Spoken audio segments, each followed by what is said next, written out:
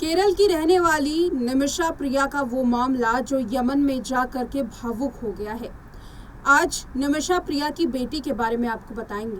निमिषा प्रिया की बेटी जो अपनी मां का इंतजार कर रही है कि कभी तो मां आएंगी। स्क्रीन पर आप निमिषा की परिवार को देख सकते हैं। हालांकि हमने बेटी का चेहरा ब्लर कर दिया है। निमिषा प्रिया की बेटी को इस बात का बिल्कुल भी अंदाजा नहीं है कि उसकी मां शायद अब इस दुनिया में चंद दिनों की मेहमान है।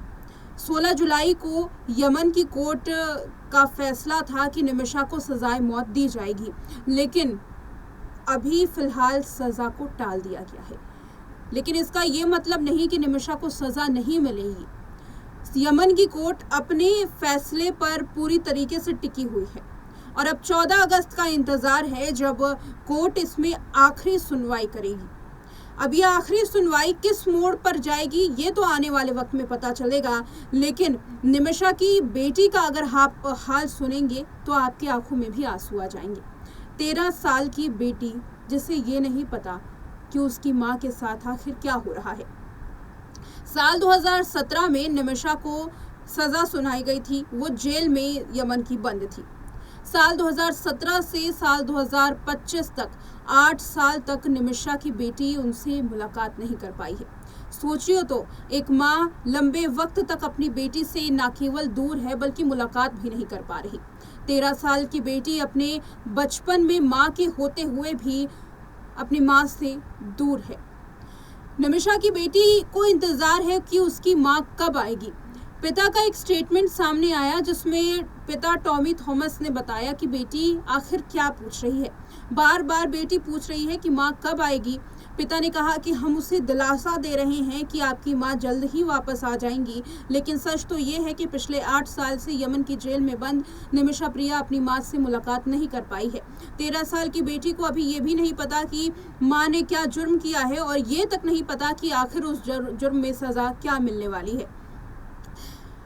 निमिषा प्रिया के पति टॉमी थॉमस ने ये स्टेटमेंट दिया है कि हमने अपनी बेटी को ये तमाम बातों से दूर रखा है। वो पढ़ाई करती है और बार बार अपनी माँ को याद करती है, उसके बारे में पूछती है, रोती है, लेकिन हम सिर्फ ये दिलासा देते हैं कि आपकी माँ जल्द ही वापस आ जाएंगी। निमिषा प्रिया ने अपनी बेटी की अच्छी परवरिश के लिए, अपनी माँ के लिए और अपने पति के लिए, ताकि वो अच्छी कमाई कर सके, इस परिवार के लिए एक बड़ा कदम उठाया। यमन में ही जो नौकरी थी वो नौकरी की और पैसा कमाने की कोशिश कर रही थी कि अच्छी खासी नौकरी है, इससे पैसे मिलेंगे और आगे चलकर क्लिनिक भी खोलने वाली थी। गृह युद्ध के बाद जब निमिषा के पति भारत वापस लौट आए थे यमन से, तो निमिषा ने एक क्लिनिक खोलने की सोची ताकि पैसे ज़्यादा कमाए जा सके और इसके लिए दलाल अब्दू मेहदी जो कि यमन का नागरिक है उसकी मदद ली गई। पार्टनरशिप में ये बिजनेस खोलना ज़रूरी था क्योंकि यमन में ये कानून है कि आप किसी भी विदेश से आकर के यमन में व्यापार नहीं कर सकते जब तक आपके साथ कोई यमनी नागरिक पार्टनर ना हो, ताकि यमनी नागरिक का भी भविष्य उज्जवल हो सके। इस वजह से यमन में निमिषा ने दलाल अब्दू मेहदी का साथ लिया, लेकिन किससे पता था कि वही मेहदी निमिषा के पूरे प्रोजेक्ट पर पानी फेर देगा और उसी के क्लिनिक को अपने नाम करके पैसा कमाने की कोशिश करेगा। जब ये सब कुछ निमिषा ने देखा तो इसकी शिकायत यमन की पुलिस को भी की, लेकिन यही कड़े कानून वाली यमन की पुलिस ने उस आरोपी को बख्श दिया, छोड़ दिया। आखिर ऐसा क्यों किया गया, इसके बारे में कोई भी बात करने के लिए तैयार नहीं है। यमनी नागरिक को जब पुलिस शिकायत के बाद भी जमानत पर छोड़ दिया गया तो बदले की भावना में दलाल अब्दू मेहदी ने न केवल पासपोर्ट जब्त कर लिए बल्कि उत्पीड़न भी करने लगा, जिसकी वजह से निमिषा ने अपने पासपोर्ट को हासिल करने के लिए उसे बेहोशी की दवाई देने की सोची, ताकि बेहोशी की दवाई दे करके पासपोर्ट हासिल किया जा सके एकदम फिल्मी तरीके से।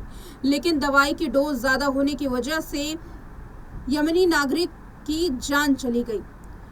गलती यहाँ पर निमिषा ने ये करी कि उस यमनी नागरिक की जान जाने के बाद अपने जुर्म को छुपाने के लिए उसके टुकड़े कर दिए और एक पानी की टंकी में टुकड़ों को फेंक दिया। बस यही वो सबसे बड़ी भूल थी जिसने निमिषा को इस कगार तक पहुंचा दिया कि अब सजाए मौत उसे मिलने वाली है, या शायद अगर रहमो करम होगा पीड़ित परिवार का तो निमिषा बच जाए। लंबे वक्त बाद जब ये पता चलता है कि कुछ इस तरीके का कांड हुआ है, पुलिस को इस बारे में सूचना दी जाती है, तो पुलिस आरोपी को ढूंढते ढूंढते निमिषा तक पहुंचती है। जुर्म भी कबूल कर लिया जाता है निमिषा की ओर से। ये बताया जाता है कि कैसे उसके साथ उत्पीड़न हुआ और डर के मारे उसने शव के टुकड़े किए और उसे पानी में फेंक दिया ताकि किसी को जानकारी ना मिले। लेकिन उसकी सबसे बड़ी भूल थी जिसके लिए वो माफ़ी भी मांग रही थी।